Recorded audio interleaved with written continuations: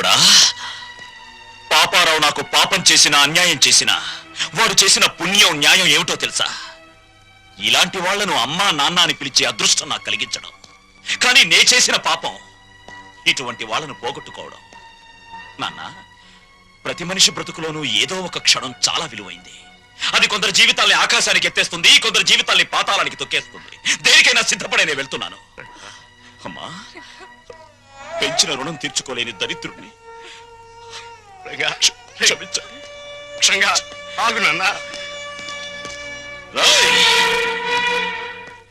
డబ్బుని పంచుకోవడానికి మనుషులుంటారు, కానీ బాధల్ని పంచుకోవడానికి ఎవ్వరూ ఉండరు. నాలాంటి వాళ్ళు తప్ప.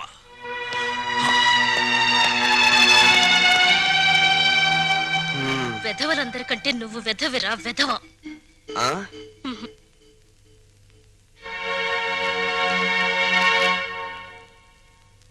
అన్నయ్య, అది అమ్మని నాన్నని నాతో పాటు తీసుకెళ్తానన్నయ్య.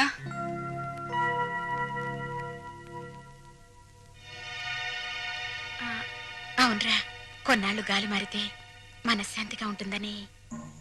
మనశ్శాంతి నా దగ్గరుంటే మనశ్శాంతిగా ఉండదంట.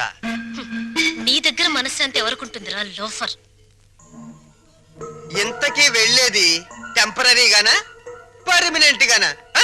పర్మనెంట్ గారేరా, పర్మనెంట్ గా. భగవంతుడా, తల్లి కడుపులో ఉన్న బిడ్డ ఆడో మగవని తెలుసుకునే తెలివిచ్చావు, కానీ ఆ పుట్టే బిడ్డ మంచివాడో చెడ్డవాడో అని తెలుసుకునే తెలివెందుకు ఇవ్వలేదో ఇప్పుడు తెలిసింది. అదిస్తే ప్రతి తల్లిదండ్రి ముందుగానే జాగ్రత్త పడి నిన్ను పూజించడం మానేస్తారు కదూ.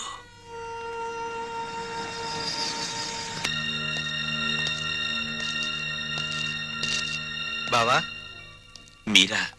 కూర్చోండి బావా. మీరు చంద్ర గారింట్లో ఉన్నారని వెళ్తుంటే లక్కీగా మీరు ఇక్కడే కనిపించారు. మీకు గుడ్ న్యూస్ బావా. చెప్పండి. మీ అమ్మా నాన్న సుమతో కలిసి మా ఇంటికి వచ్చేశారు. మీ ఇంటికా? అవును. మీ పెద్ద తమ్ముడు కనపడిన కూపీ కదా, కొన్నాళ్ల పాటు కూతురింటికి వెళ్ళొస్తామంటే పర్మనెంట్ గానా టెంపరీగా అన్నారంట. దాంతో మావయ్యకి ఒళ్ళు మండి పర్మనెంట్ గా అని చెప్పి వచ్చేశారు. వాళ్ళు తీసుకున్న నిర్ణయం మంచిదని నా అభిప్రాయం.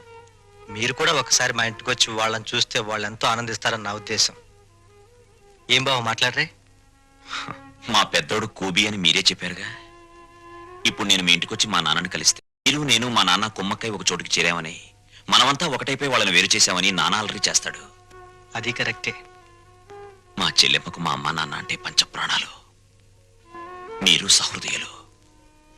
ఇకపై వాళ్ళు క్షేమంగా ఉంటారు. అదే 10,000. తప్పకుండా.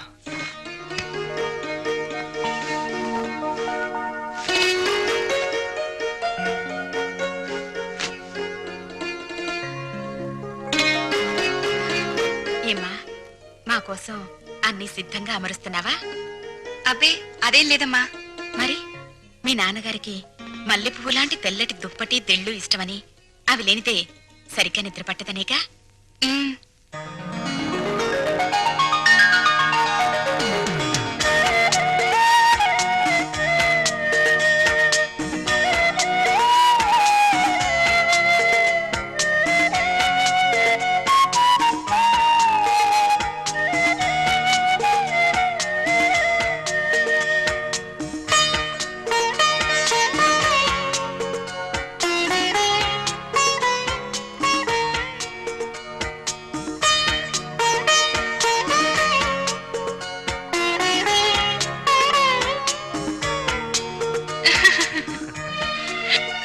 సుమతి, కళ్ళజోడు పెట్టుకోకపోతే మీ అమ్మ బొట్టు పెట్టుకోలేదు, మామయ్య చొక్కా బొత్తము పెట్టుకోలేడు. ఆ కళ్ళజోడు అడిగి తీసుకో, అలాంటిది ఇంకోటి తెస్తాను. అల్లుడు, మా ఇద్దరి మధ్య ఈ కళ్ళజోడు తగాదా తప్ప మరీ తగాదా రాలేదయ్యా. ఆ చిన్న తగాదా కూడా లేకపోతే భార్యాభర్తల మధ్య అచ్చట ముచ్చట ఏముంటుంది చెప్పు? అదేనా మిగిలితే అదో తృప్తి. అప్పుడు పెద్దవాళ్ళని కాదనుకుని ఉన్న అండ పోగొట్టుకున్నాం. ఇప్పుడు పాపారావుని కూడా కాదనుకుంటే మనకి పెద్ద దిక్కు ఎవరు? పెద్ద దిక్కు కోసం ఉన్న కిడ్నీలు పోగొట్టుకుని మన ఆరోగ్యం పోగొట్టుకుంటామా? అల్లుడు రేట్ చేసిన పాయింట్ కరెక్ట్, నీ ఆన్సరు కరెక్ట్. దీనికి తరుణోపాయం నీకన్నా నాకన్నా తెలివైన వాడు కనుక అల్లుడే బాగా ఆలోచించగలడు. ఏం అల్లుడు? నేనా? నేనేం ఆలోచించగలను? దీంట్లో ఆలోచించడానికి ఏముంది అల్లుడు? మనకి కావాల్సింది ఆఫ్టర్ ఆల్ ఒక కిడ్నీ. నీ బుర్రకి కిడ్నీ సంపాదించడం పెద్ద సమస్య. బాగా ఆలోచించా. ఆలోచిస్తున్నాడు ఆలోచిస్తున్నాడు ఆలోచిస్తున్నాడు ఆలోచిస్తున్నాడు.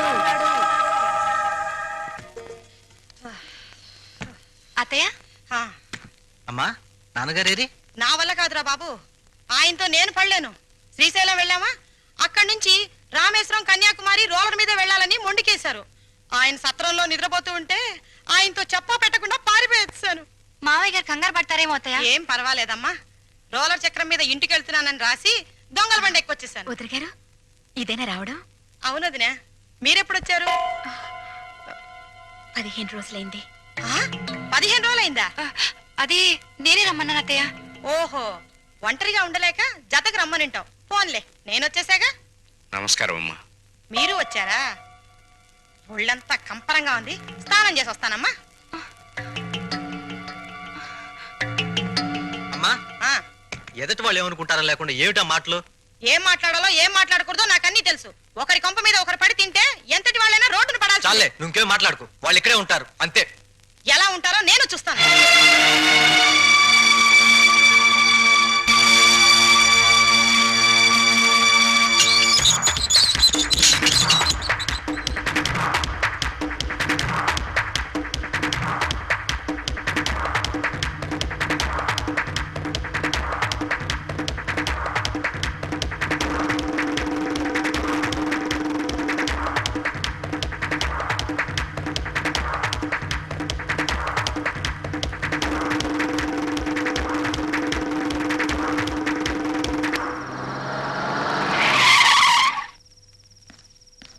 బావగారు, అన్నయ్య, అమ్మ నాన్నల్ని చిన్నన్నయ్య తాళ్ళ వెళ్ళపడి తన వెంట తీసుకువెళ్ళాడు. ఇదేదో అర్థం కాని విషయంలో ఉంది. ఇంకా అర్థమయ్యేదే ఉంది.